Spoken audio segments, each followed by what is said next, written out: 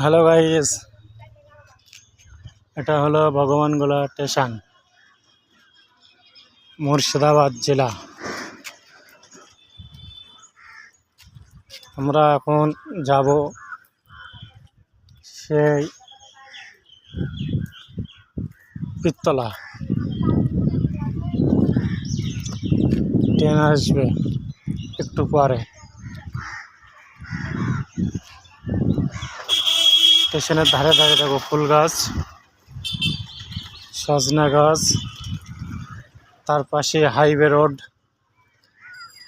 কত গাড়ি যাচ্ছে দেখো।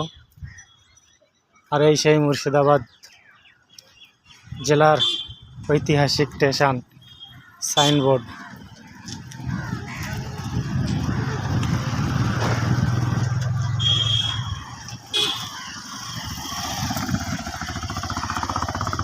দেখে নাও গাইস, এটা এদিকে যাবে সুধা লালগোলা। এখান থেকে 15 থেকে 20 মিনিট টাইম লাগবে। আর এদিকে যাবে কলকাতা সোজা ভগবানগোলা